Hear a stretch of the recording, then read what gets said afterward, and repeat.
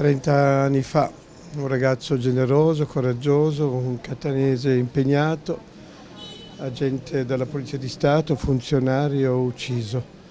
30 anni dopo ricordiamo Beppe Montana, pochi giorni dopo la morte di Cassarà con Roberto Antiochia. Questa mattina siamo stati al cimitero, abbiamo ricordato anche Giovanni Lizio.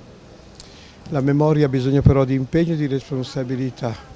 C'è il rischio che a volte diventi retorica e celebrazione.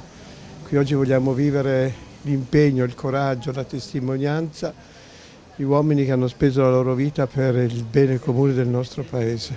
Siamo qui per onorare la loro vita ma anche per impegnarci di più noi, perché le mafie sono tornate forti, la violenza, la corruzione e c'è bisogno soprattutto di un risveglio delle nostre coscienze. Il cambiamento ha bisogno di ciascuno di noi, lo chiediamo alla politica che si dia una mossa, ma dobbiamo chiederlo anche a noi, perché se la memoria non diventa un impegno e una responsabilità da parte di tutti, e allora noi facciamo solo retorica.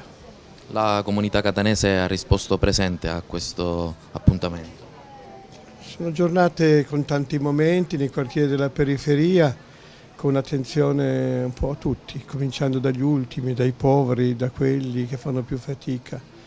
E quello che in questi giorni Libera ha voluto promuovere è un'attenzione in modo trasversale per tutte le persone, cominciando da chi fa più fatica.